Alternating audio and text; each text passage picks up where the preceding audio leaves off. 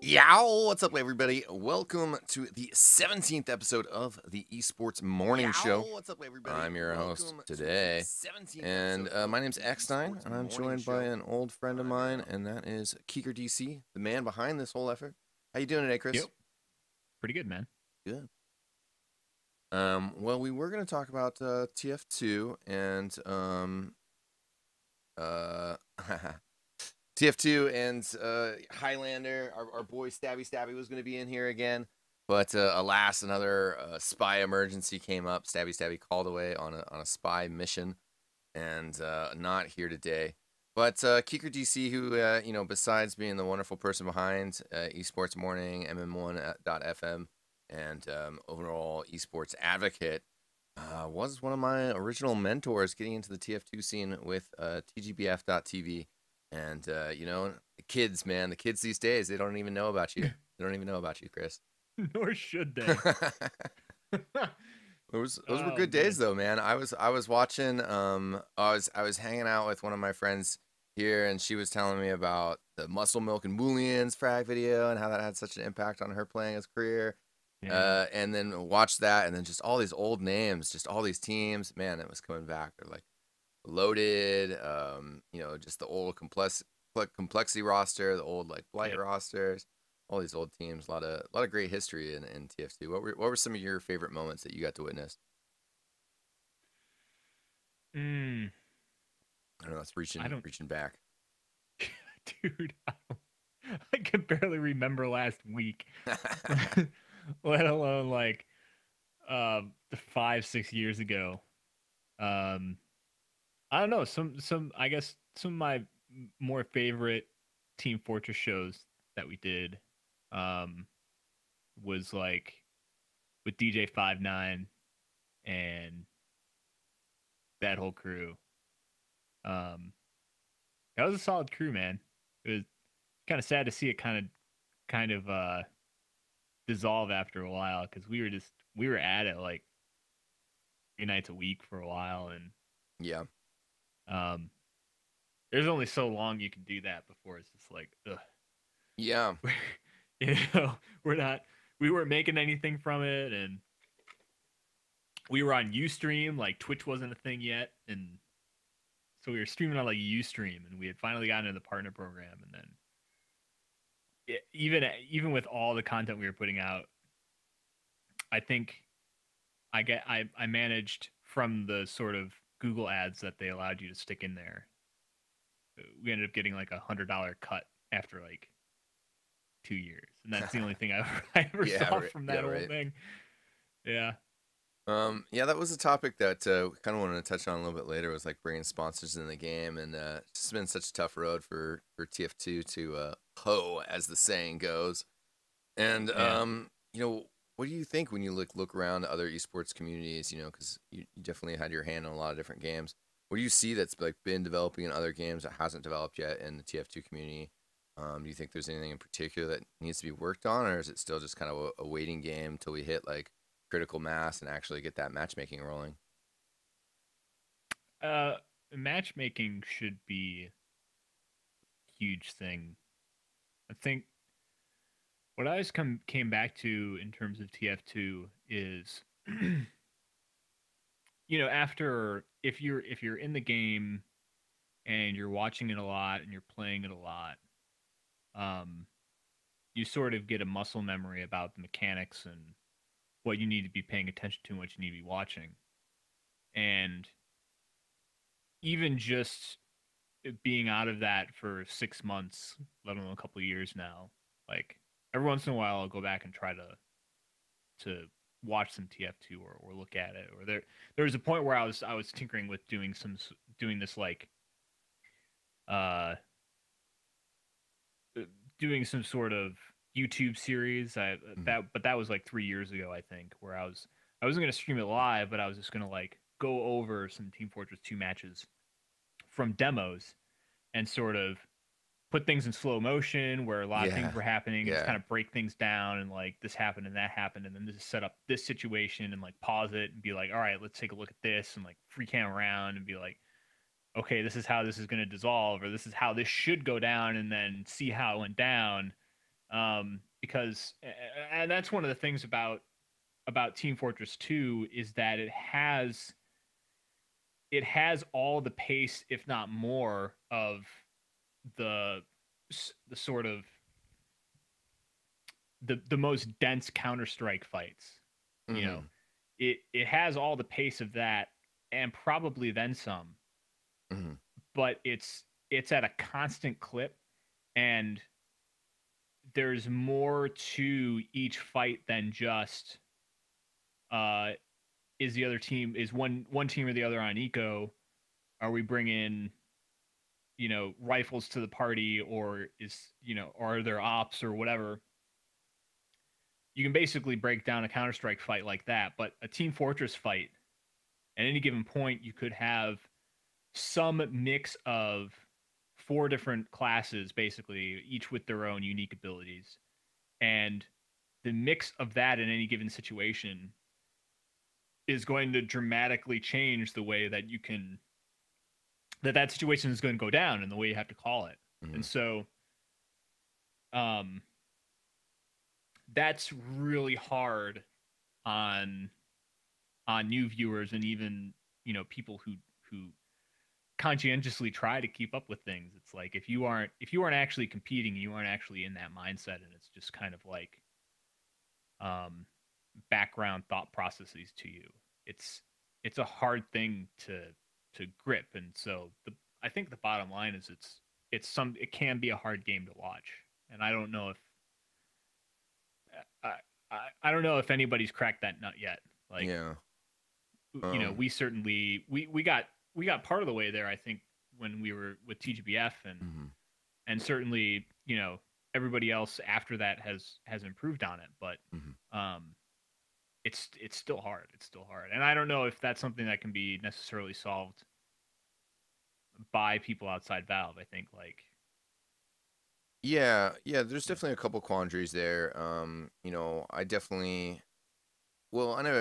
never got around to finishing that book. That was going to be one of the big things that I was talking about with the difficulties facing TF2, Counter-Strike, and, you know, FPSs, is the difficulties of conveying the action in a 3D camera.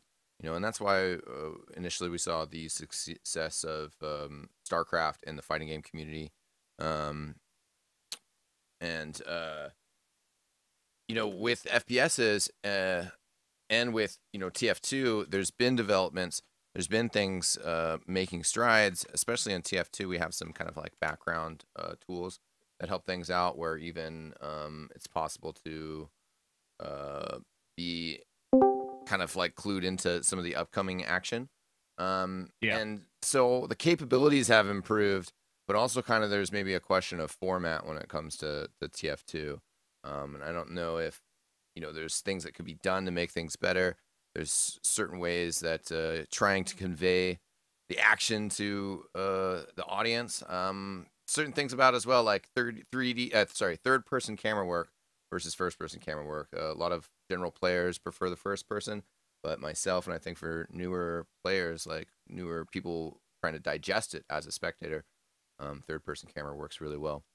Well, we're just joined by another guest here, another special person here.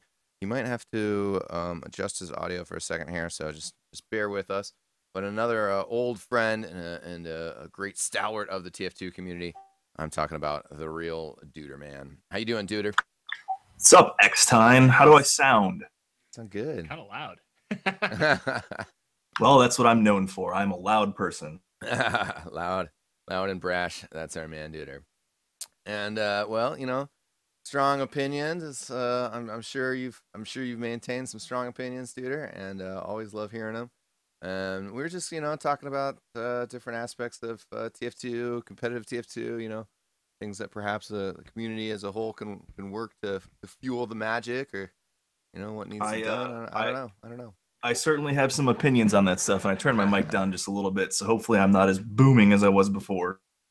You're good. But yeah, it's actually funny. I was talking yesterday. You remember Gets Jam?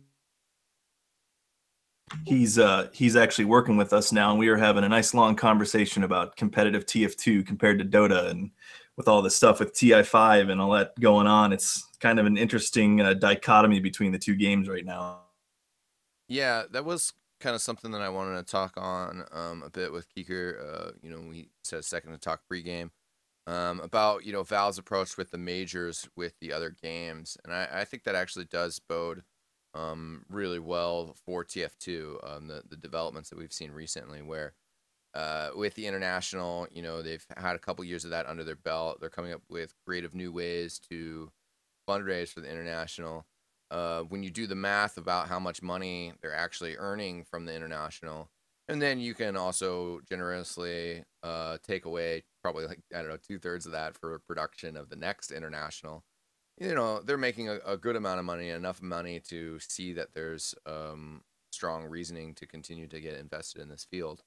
And I have been lucky enough to go to Valve a couple times, and I don't know which time it was, but one time Robin said to me that if Valve throws money at something and they see that it makes them money, they're going to throw more money at it, and it's interesting to see them now say, okay, well, we were going to collaborate with these other organizations, and then I think they honestly got a little bit scared, and I don't think it necessarily was ESEA, but around the time where more, discomfort with ESEA, and especially then ESEA discomfort with ESEA's association with ESL, I think Val was maybe like, well, you know what, we don't necessarily want to be like hosting a major and then find out that this company is like super sketchy.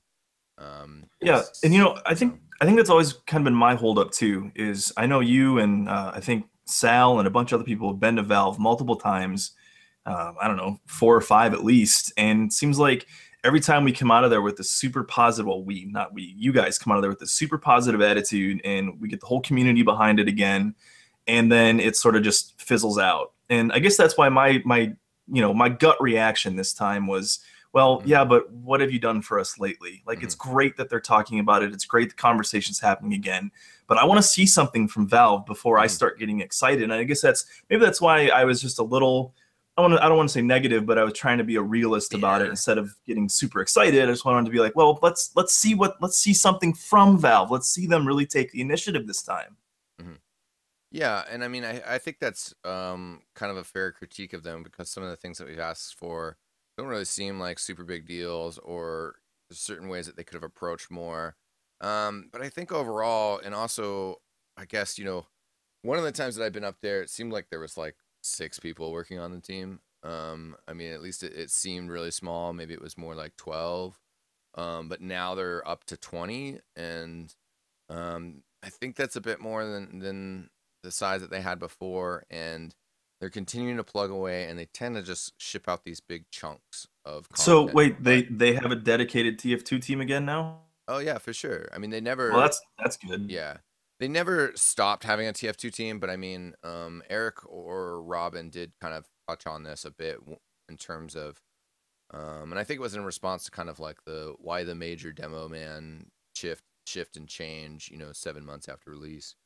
And that was almost kind of not necessarily that people were upset by that, but they were just kind of, curious why. Overall in the community, that was a sentiment.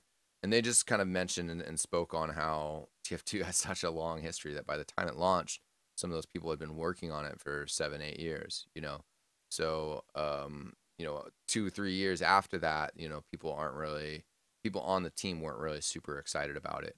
But it's kind of come, I think, through some cycles where then they probably got some new people into the office, and those new people spent some time on TF2 and then moved on to better, brighter pastures in the company or other projects. I mean, I think one example of that might be John Lippincott, who developed the Valve replay system.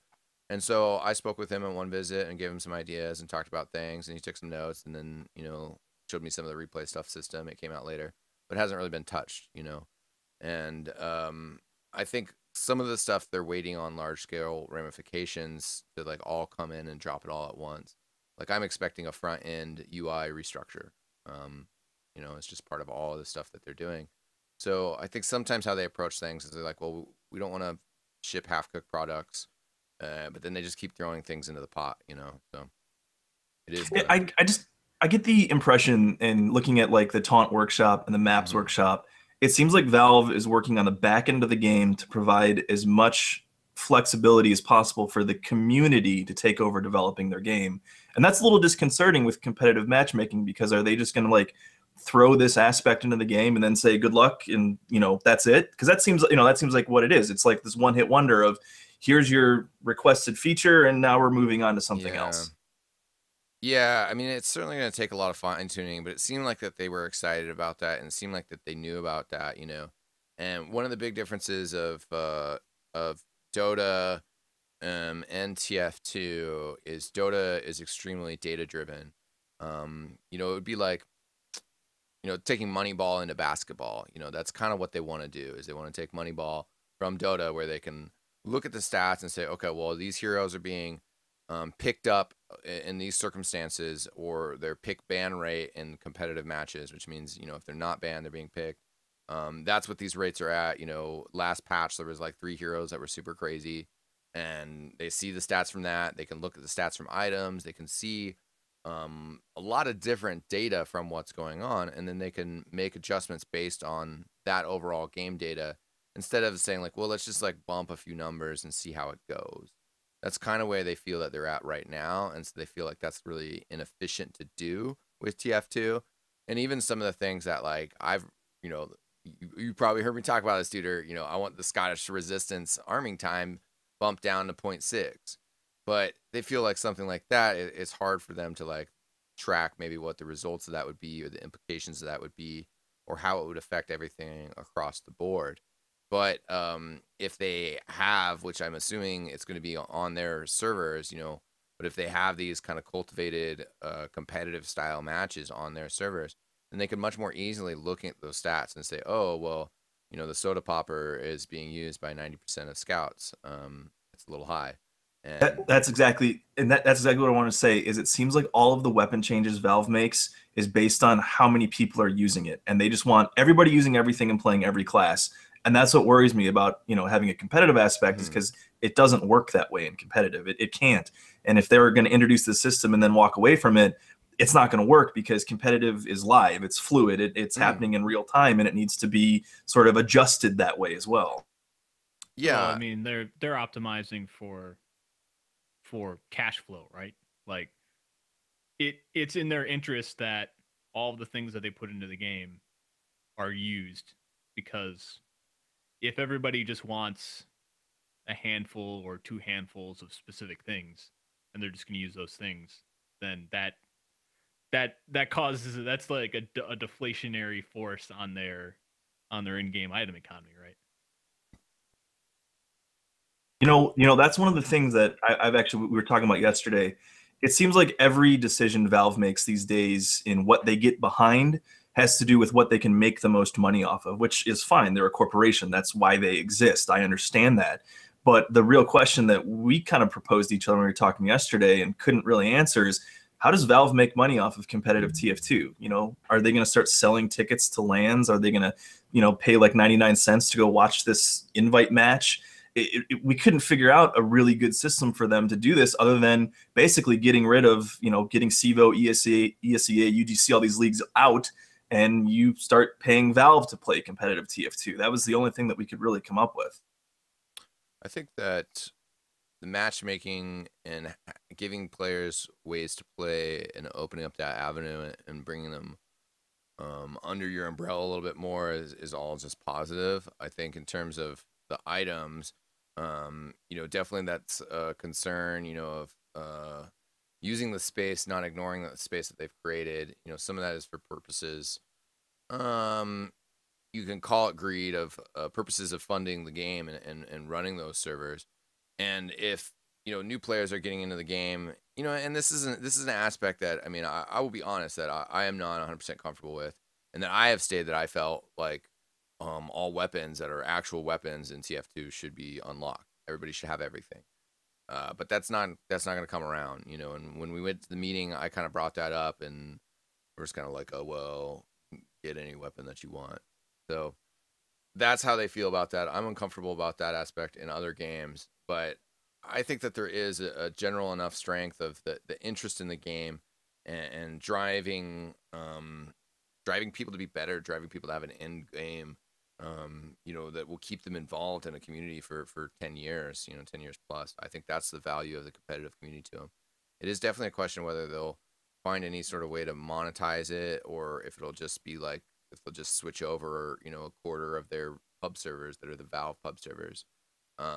The there is an issue there with, you know, the fact that their switch to the pub server thing kind of killed some of the community servers, and I guess there is slight danger, but I don't think that they want to take anywhere close to that approach in terms of the impact that Valve thinks could have on leagues.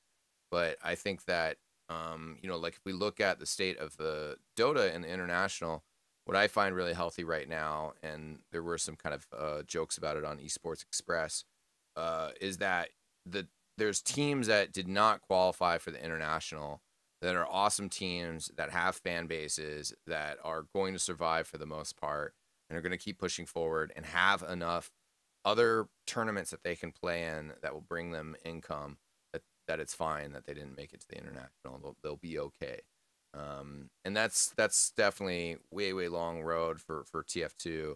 But I think matchmaking and even some Valve support, you know, could really kickstart bringing it to a level where there's other sponsors are interested in getting involved again, because the community is definitely still driving forward. There's questions over the format for sure, but you know, people are asking about the next GXL.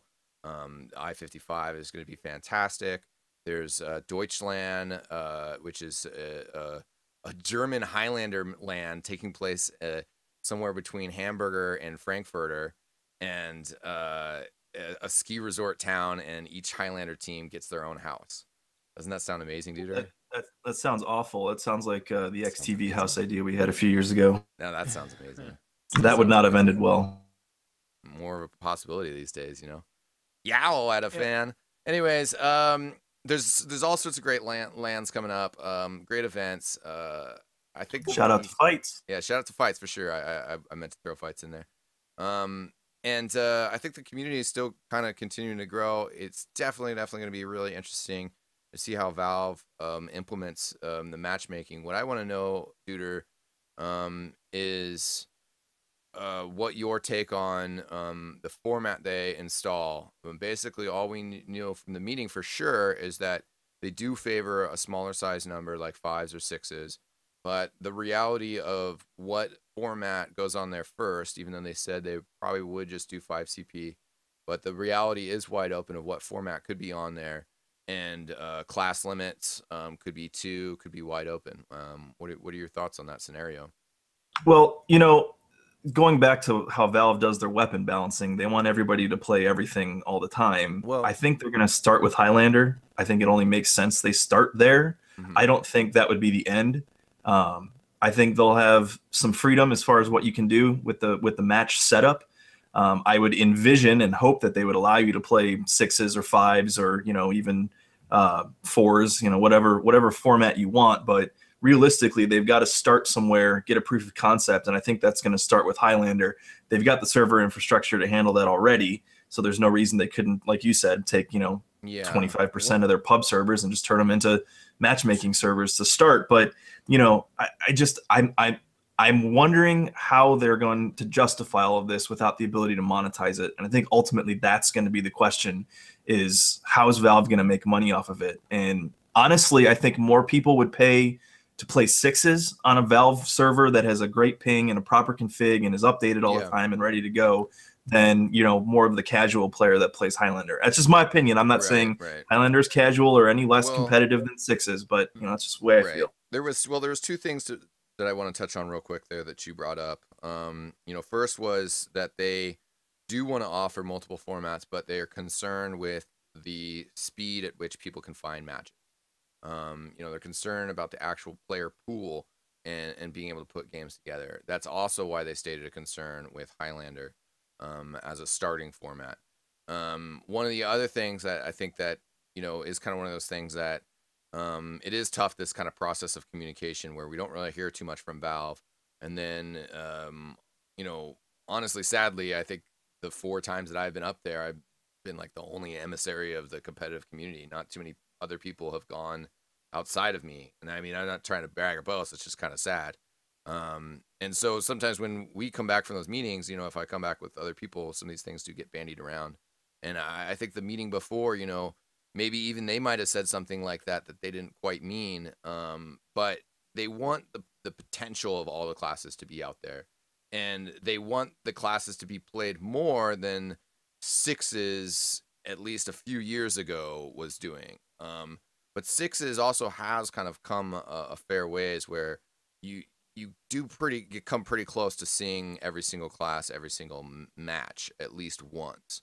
You know, people whip some things out, but there's still the hesitancy in the sixes community of you know, certain loadouts that would allow certain classes to prosper a lot more than they currently do, or to disrupt that 2 scout 2 soldier meta.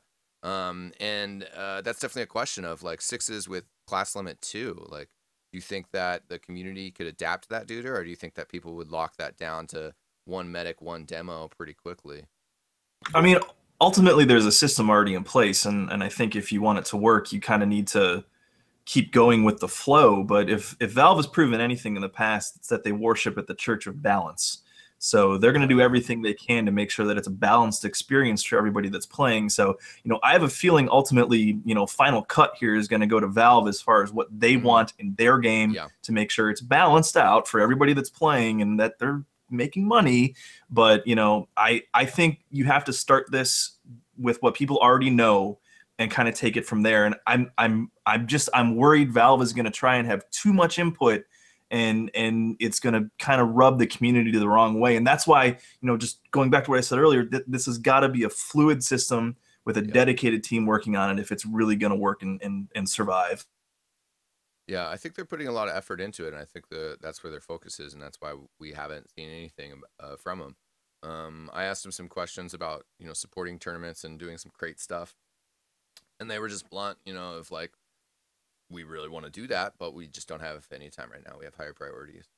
Well, yeah, like getting $11+ million into TI5, but they can't, you know, pony up 10 grand to put 2 North American teams overseas. I mean, I get that. That rubs me the wrong way personally. If they're really so interested in competitive, make a show of good faith and put 2 North American teams over there, and let's build some PR for competitive TF2. Yeah, I agree. They've assisted before. I'm not entirely sure what the hang up is, you know, when you look at things like But well, they've never done it officially. It's always been like Robin chipping into something, you know, quietly and anonymously. Yeah, I would like to see that. I mean, ESL Katowice, they just flew all the teams over there, you know, and then provided the crate funds as well. But the TF2 servers are costly. They do burn a lot of money for how much they have to host of TF2 a day. But it certainly would like to. I mean, I would like to see that crate revenue head towards us. I mean, you know, my job, I basically run data centers. That's what I do. They're really not that expensive when you look at virtualization and the amount of servers you can fit in a 42U rack now. I'm sure Valve's doing okay there. I know. I think the hang up is that they're just not sold on whether or not they can make money off of competitive. And I'm sorry to keep harping back on this, but I just really get the impression it's been this long, and that's what the hang up is. That's just the way I feel, man. Yeah, well, there was one good idea with Dirty Bomb, just to bring it up quickly before we wrap. I'll try to give you some time to respond as well. With Dirty Bomb, right now, you know, there's matchmaking, but there's no lobby system. There's no private servers. So some people kind of threw around the idea. They're like, well, what if you know, could just rent a lobby real quick just to like set up a game? You know, you have like a 99-cent item, and you just burn one of those to reserve a lobby. And that's certainly, you know, that's the appeal of ESEA. And if you did that, then that might actually drive a nail in ESEA's coffin. I mean, for CSGO, if you could reserve, you know, a 100-tick server or whatever it is they complain about, and something for the same method could possibly work for TF2, because it would allow some sort of ticket system, but also keep the open matchmaking, just enable teams to maybe throw a ladder, some other sort of stuff. I think there's possibilities. Well, thanks for joining me, Duder. Any final words from you before we wrap up? We're hitting our 30-minute mark here pretty soon.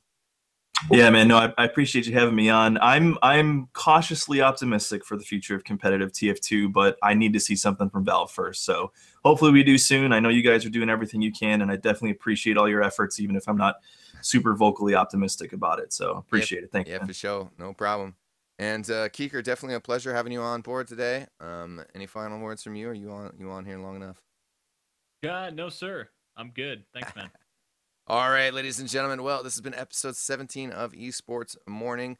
I'll be joining you guys next Friday, but please tune in Tuesday and Thursday for the other regular content over on mm1.fm. I'm eXtine. I'll see you guys next time. Peace out.